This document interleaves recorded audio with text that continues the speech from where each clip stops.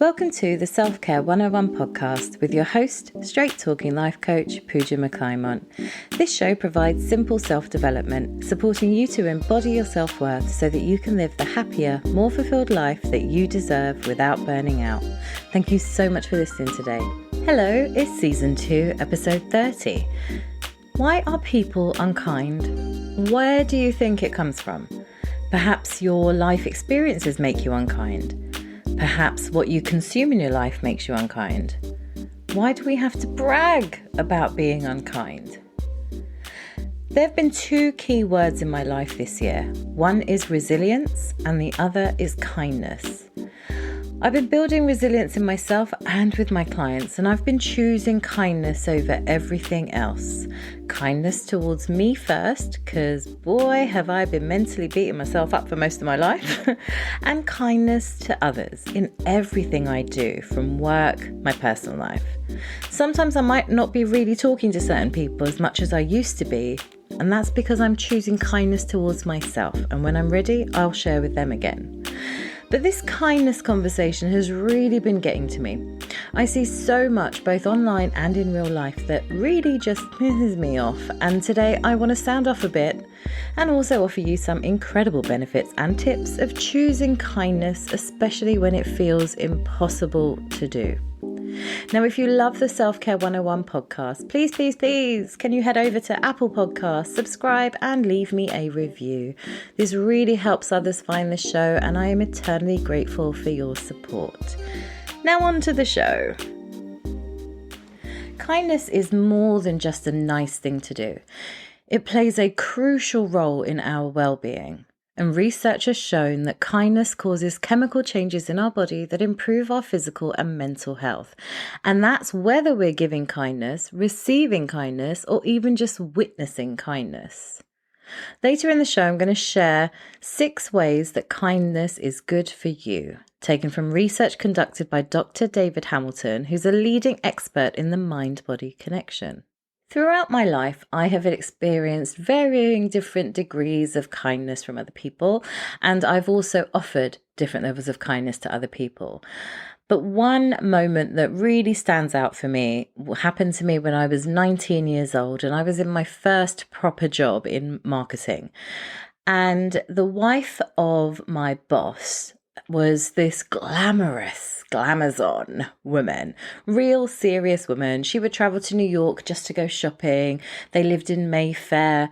She was, living that life. She had the dogs, she had the handbags. She was just fabulous. And to top it off, she was one of the nicest people I have ever had the pleasure of meeting.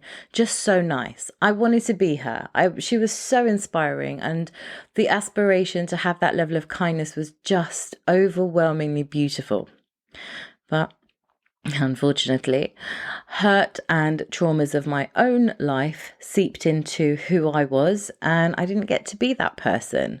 I'm working on becoming her now, but I know it's quite a while away, I guess, until I can make that change and also be seen for that change, because if you are a certain way for a long period of time in your life and people are used to you that way, if you decide to change, that can be uncomfortable for them. They're used to seeing you a certain way. So some of my friends, for instance, are used to seeing me being a bit bitchy. They're used to seeing me being really straight talking and almost aggressive. They're used to seeing me being not really giving a toss about certain things. And now I'm a bit more caring. A lot more caring. I'm a lot more compassionate. I'm a lot more understanding. I'm a lot more chilled than I was in my former years. But people who've known me may be uncomfortable with that. So it's very difficult for people to see the change because they don't want to see you in a different light, especially if it highlights that they're not doing anything about themselves. Now, this lady, her name was Kathy. Oh, Kathy was so kind and so lovely, and I just loved her. I loved talking to her and everything. Every interaction with her just filled me up, and I would always be so excited when I saw her come through the doors. One day, Kathy and I were talking about fashion, and I said to her, I'm obsessed with Diane von Furstenberg wrap dresses. The woman is a genius. She makes these beautiful silhouetted dresses for women, and I just love them. And I can't wait to become a woman and be able to buy one for myself.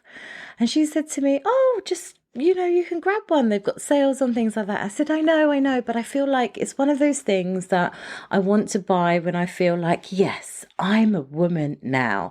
Like when you look at Chanel perfumes, for instance, and you sort of consider when's the right time for you to wear Chanel No. 5 or Coco Chanel, because those are quite grown-up perfumes and they speak of a time of that very classic together woman. I know this could be a bit questionable, but, let's just stay with me for a minute. So I told Kathy that's what I had envisaged, and it will be one of my goals to buy a Diane von Furstenberg dress from the Diane von Furstenberg shop myself with cash. One day, months later, Kathy came back from a New York shopping trip. And she came over to my desk and she said, Puja, this doesn't fit me, so I was wondering if you'd like it. Kathy was a liar. The dress so fit her.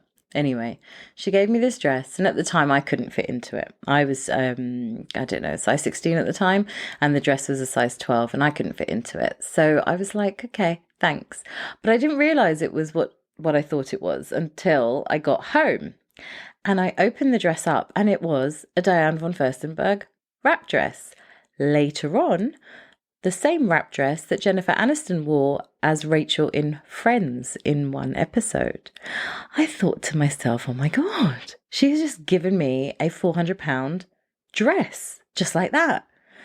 And the next time I saw her, I said, Kathy, that was a really generous gift. I'm really grateful. Thank you so much. But I can't accept it. And she said, why not? I said, well, because, it was something that I wanted to do for myself. She said, I know you want to do it for yourself, but do the becoming the woman that you want to be for yourself. And when you've done that, at least the dress will be there in your wardrobe at the ready.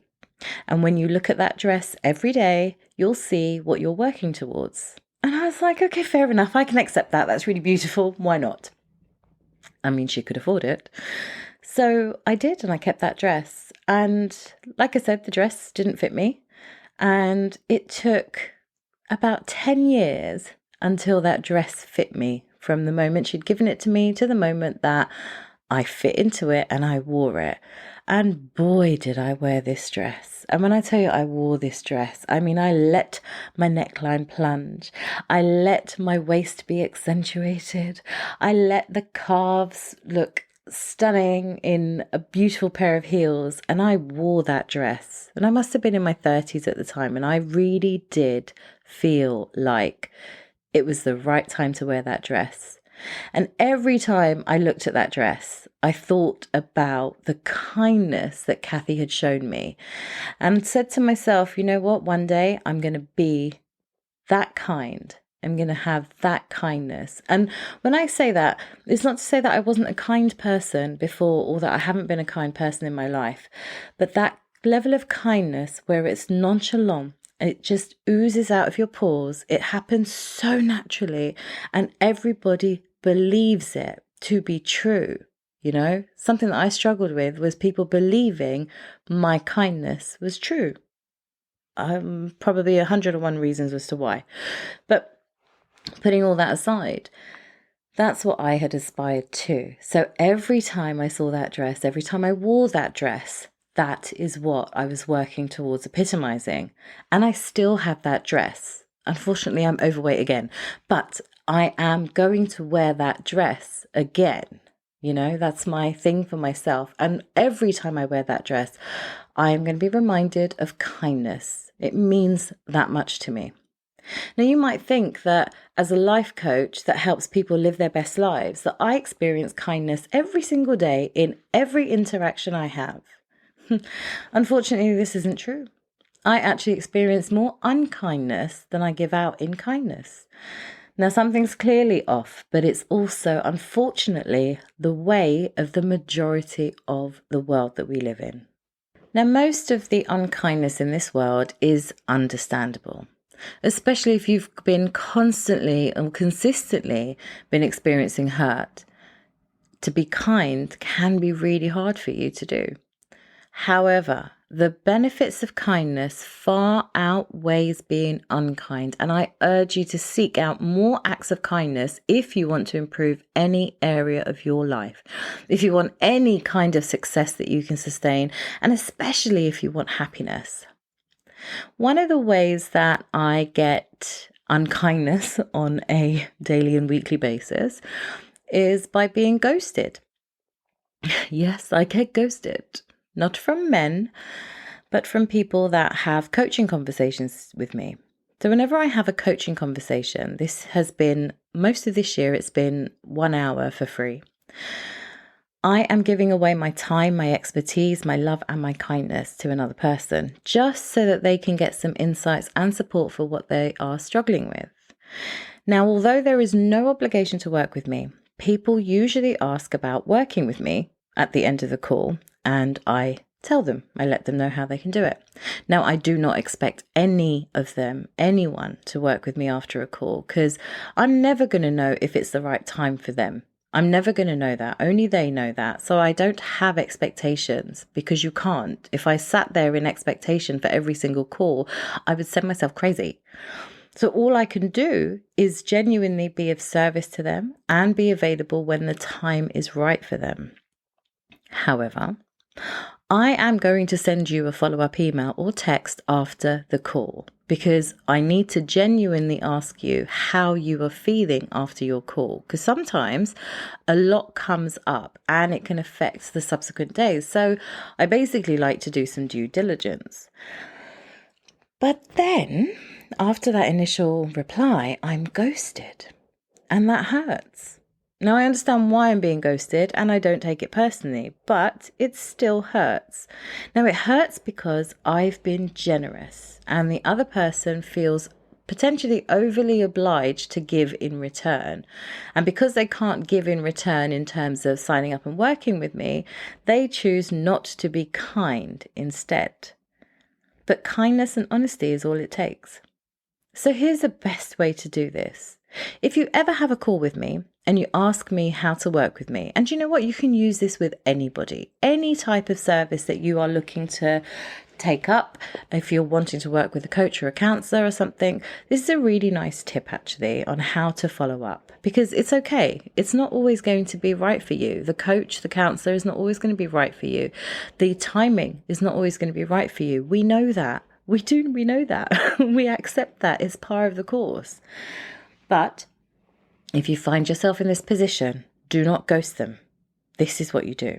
Once you've had a call and you've asked how to work with me, I will send you a follow-up email. Now, if you've decided that it's not time to invest or that I'm not the right coach for you, tell me. When you're honest like that, you're going to feel better about the time that we spent together. You're not going to feel any obligation, and you really, really won't feel any guilt. Those are both really heavy negative emotions. And instead, what you're going to have is you'll have been true to yourself. I'm going to see that and I'm going to respect it. This then, in turn, basically makes me happy rather than hurt, and it gives us both closure from our interaction. And that's it. That is it. Don't overcomplicate it. Something happened to me earlier this year. I was taken advantage of by somebody who booked a coaching call with me, and we had an extensive call. It was very good. And at the end of the call, she asked me how she could work with me, and I gave her the information and sent a follow-up email, and she responded, "Yep, this sounds good." She said she wanted to work with me. I was like, okay, great, let's do this. Sent her the contract, sent her the invoice, all the onboarding stuff. She then decided about a month later, after ghosting me, that she didn't want to work with me, and told me so. She just said that some excuse, right? She had to pay for something. I was like, all right, fine, no problem. These things happen. I say excuse because this person took advantage of me, so that's why. And then months later, I noticed she has a very, what's the word? Prolific online status. She's of influence, we'll say. And I noticed that she had started doing things similar to what I was doing. And I was like, okay, this isn't necessarily a thing, so I'm not going to look into it. And then later I saw that develop into something similar, something that sounded a bit too similar, a bit copycat. And I was like, interesting, okay. And I thought nothing of it. Time went on. And then she contacted me again. And she said she wanted to work with me. And I was like, sure, let's go. Here's the contract. She was like, yes, let's do this. I was like, okay, great. And then she decided a couple of days later, no. And again, same reason, she had to unexpectedly pay for something. Could be true. Give benefit of the doubt. But there's something about having intuition that really can ring true, especially when you are super self-aware like I am, and you can tap into your intuition. Something felt off from the get-go. Something felt off. I was giving to someone who was not going to give in return, and certainly not at the level that I was giving. But my heart is good, so I did what was the right thing to do. But it hurt. It hurt afterwards. I thought, God, I've really gone out of my way. I've put effort in, and this isn't the first time I've done it. I've done it a couple of times with you. You could say I should learn my lesson. You could say she's not my ideal client.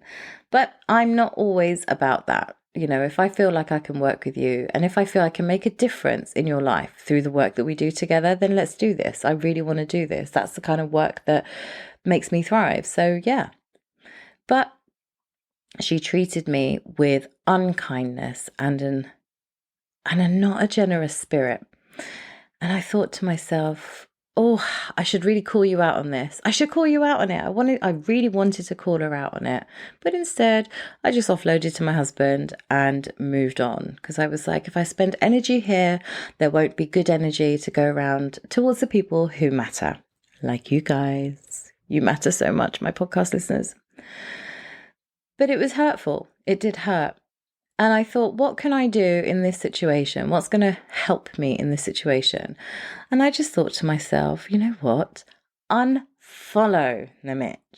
Unfollow her. You don't need to follow her. It's going to wind you up, and you will not entertain her again, basically. And that's it. That's what I've chosen to do. And just making those decisions have made me feel good. And that's not me being unkind to her, it's being kind to myself. There was another instance that happened to me a couple of years ago. I was working with a client, and something I do very generously in my coaching practice is sometimes I'm not the best person for somebody. Sometimes my clients need extra help, and that could be through a counselor or another third-party service that I know is going to help them take themselves to another level. So this particular client needed some help, and I recommended somebody that I knew to her because that's what I do. Somebody who I knew was working hard at her own business, and I thought, you know what, this is right up her street.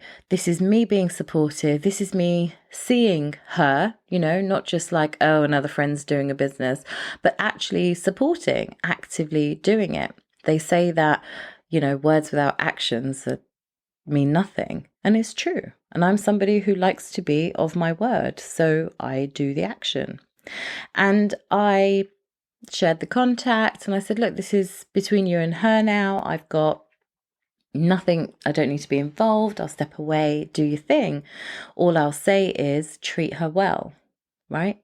Now, when I say treat somebody well, obviously I have an image in my mind of what that means, and that's generally what I give out to my clients.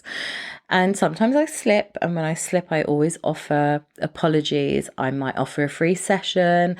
I might offer extra communication between a client if I know that I haven't given my best, in a situation. But that's me. And that's not everybody else. But I genuinely thought that this particular friend was a person who I could recommend and would deal with my client at the same level as I would. I was putting an expectation on her that she was similar to me. And also I was, reading her posts and things like that. And I could see, what you do is perfect for my client and she will really appreciate it. And the way you are as a person is lovely and she'll like that. And yes, let's do this. Let's share the love. Let's support each other. Women supporting women, hashtags. Anyway, the friend ended up disappointing my client and I had to pick up those pieces with my client. And it was a double whammy because I was dealing with my client dealing with a difficult situation. Plus I was dealing with the disappointment that I had disappointed my client, that I had affected my relationship with my client, that I had affected future relationship, future potential referrals, future everything, quality of the work that I do with my client, everything was just affected in that moment. And this whole process took 2 very painful weeks of my life. I hated it. I hated that whole time because it's not the way I do business. It's not the way I want my clients to feel about me. It really did. It really affected my integrity and kindness. And it was because there was a lack of kindness from the other person. There was a lack of kindness. And I thought, this is a basic, darling, a basic skill that you could have just extended. You change things in the way that you do things. That's not my client's fault. But this person didn't see that, and it was just a very difficult exchange. And what came of it for me was, should I tell the other person? And I thought, you know what, you can't, because if the person can't see it for themselves, they don't want to see somebody else pointing it out. So she has to learn in different ways. But then I thought, this is probably a bit passive aggressive doing it on the podcast, but you've got to use examples if you're going to talk about things. And I talk about big statements, don't I? So I'm going to have to use personal examples. It is what it is. But I thought, how do I move forward from this, with my client? How do I move forward? And you know what? Just being more me, really. Being more me. Being even kinder than I would normally be. Being better as a person. Improving the way I run my business. Giving her the best possible experience that I can of working with me. Because that is what is actually important. And of course, learning from my mistakes. Something else that I think is kind of like a bonus point, even though I haven't got into the points yet, the tips yet, which I'm going to do in a second, is this is just a real kind of like a PS, a personal note to you from me. Seek out people who see you. Whenever I say that, I think about Avatar and when they say, I see you. But very much that. Seek out the people who can see you. When I met Dwayne, my husband, the reason why he and I connected, because on the face of it, we shouldn't have connected. He was very, let's just say street, and I wasn't. So on the face of it, it didn't look like it was something that was going to work. It was going to be a fun time thing and then that'd be it. But actually, from the first conversation that we had, we connected on a really deep level because we discovered that we were both very deep thinkers. We are the contemplating the questions about life type of people. And all of our dates were deep. All of our conversations were heavy and we both really enjoyed it. And I can tell you, for the first 7 years of our relationship, we just talked and talked and talked. And God, every subject under the sun, and we still do, but this was what connected us together. And the reason why I thought that he was my person was because he could see me. He saw how kind I was as a person.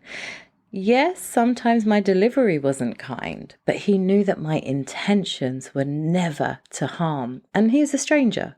That's how I looked at him. He was a stranger who could see that my intentions were always good. And throughout my life, my intentions have always been good.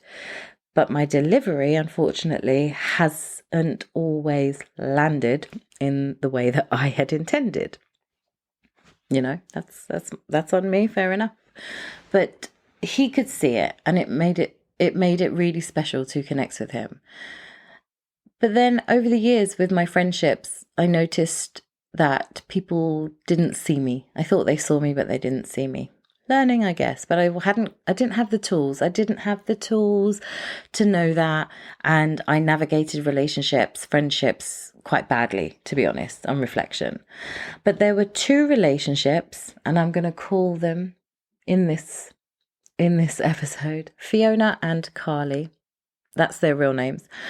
I am going to shout them out because throughout my life, both of them have always seen me. Always. And they know everything about me. I mean, everything. They know more about me than Dwayne knows about me. They know more about me than my family. They will always know more about me because they always, oh, I'm getting emotional. They always allowed me to just be me. They always saw the good in me. They always knew that my intentions were good. And I kept them close. I kept them dear. They are my family. They are very special. So when it comes to kindness, seek out the people who see you because they will help you remain kind. They will call you out. They will support you and they will be everything you want them to be.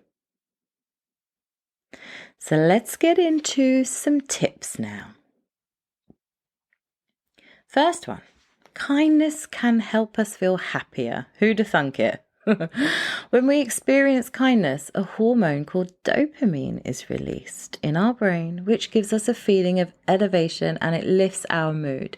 Now, it's often referred to as helper's high, and this can help to reduce anxiety, alleviate depression, and help us feel happier. A lot of people in helping professions get helper's high. I'm constantly getting helper's high. Even after I've recorded an episode, I've got helper's high. It's fantastic. Second one, kindness is good for the heart. Literally the heart, not the symbolic heart, but the actual pumping heart, aortas and all.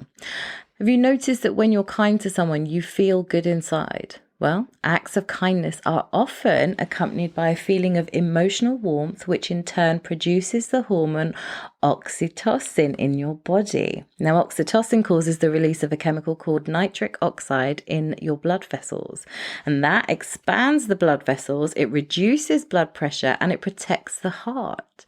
So in this way, kindness is considered to be cardioprotective. Oh, I love that. Number 3, kindness slows aging. Kindness has been shown to slow down the aging process. There's been some incredible research found that oxytocin can reduce levels of free radicals and inflammation, 2 of the main culprits of aging in our cardiovascular system, which slows aging at the source. Now, when we talk about aging, it's not a case of stopping the aging process. Like, we're all, the guarantee is death, right? But the aging process is how it affects your body, your mental and physical state. That's what we talk about when it comes to slowing the aging process. 4th one, kindness improves relationships. Well, yes. Kindness at its core, it's a gesture motivated by genuine warm feelings for other people. Now, we tend to like people who show us kindness, and this is because kindness reduces the emotional distance between 2 people and it makes us feel more bonded. And it's true, we are genetically wired for kindness. Now, our evolutionary ancestors, they had to learn to cooperate with each other, right? The stronger the emotional bonds within groups, the greater were the chances of survival. So kindness genes were etched into the human genome. So today, when we're kind to each other, we feel a connection that strengthens our existing relationships and it helps us to create new ones. That's why when you're kind to strangers, it can be such a game changer in a person's day or life even. 5th one, kindness can help to relieve pain. Kindness produces endorphins, and endorphins are the brain's natural painkiller. So, in fact, volunteering has been found to help to reduce pain and increase the well-being of people with chronic pain. And in one study, patients who participated in volunteering activities reported both decreased pain and a sense of purpose. I talk about supporting your community. When you work with me, I will talk about volunteering and things like that, how you contribute to your community, how do you give back. And this is the core reason, because if you do this and you do it on a regular basis, you are helping yourself in the process. And the sixth and final one, which is of course the most important, kindness is contagious. Just as a pebble creates waves when it's dropped in a pond, so do acts of kindness ripple outwards, touching other people's lives and inspiring kindness everywhere the wave goes. When we're kind, we inspire others to be kind. And studies show that it actually increases, or it actually creates a ripple effect that spreads outwards to our friends' friends, and their friends. And that's amazing. That is 3 degrees of separation. This means that when you are kind to one person, that one act of kindness will positively affect up to 125 people. So to end the show, just do one kind thing today and choose kindness every day towards yourself and towards others. I have some exciting news. In June next year, I am hosting a retreat in Marrakesh. Now, it is a 6-night retreat and the theme is clarity, rest and rejuvenation. And in this retreat, we're going to do some deep connection to self-work using a number of spiritual tools, with each activity contributing to helping you uncover your deepest desires and fears that we'll then use to help you live your best life. You're going to be staying at the beautiful Peacock Pavilions under the Atlas Mountains. We'll have the venue all to ourselves. You're going to enjoy an outdoor cinema experience, a mindfulness experience at the Majorelle Gardens, a massage on property, a gentle hike with beautiful shopping in the Atlas Mountains, daily meditations, physical practices, delicious foods, and a final night of Moroccan indulgence. Think fire breathers and belly dancers. Come along. You'll find all the information at the link in the episode description. Now, there are only 10 places in total, so if this sounds like just what you need in your life, then email me today to hold your place with a deposit. You will not need to pay anything else until the new year. Thank you for listening to the Self-Care 101 podcast. If you enjoyed the show, please subscribe, rate and review over on Apple Podcasts so that other people like you can find the show. For more information about the work I do, head over to my website, PujaMcClymont.com, and for daily inspiration, please connect with me on LinkedIn or Instagram at Puja McClymont. Sending love and talk to you soon.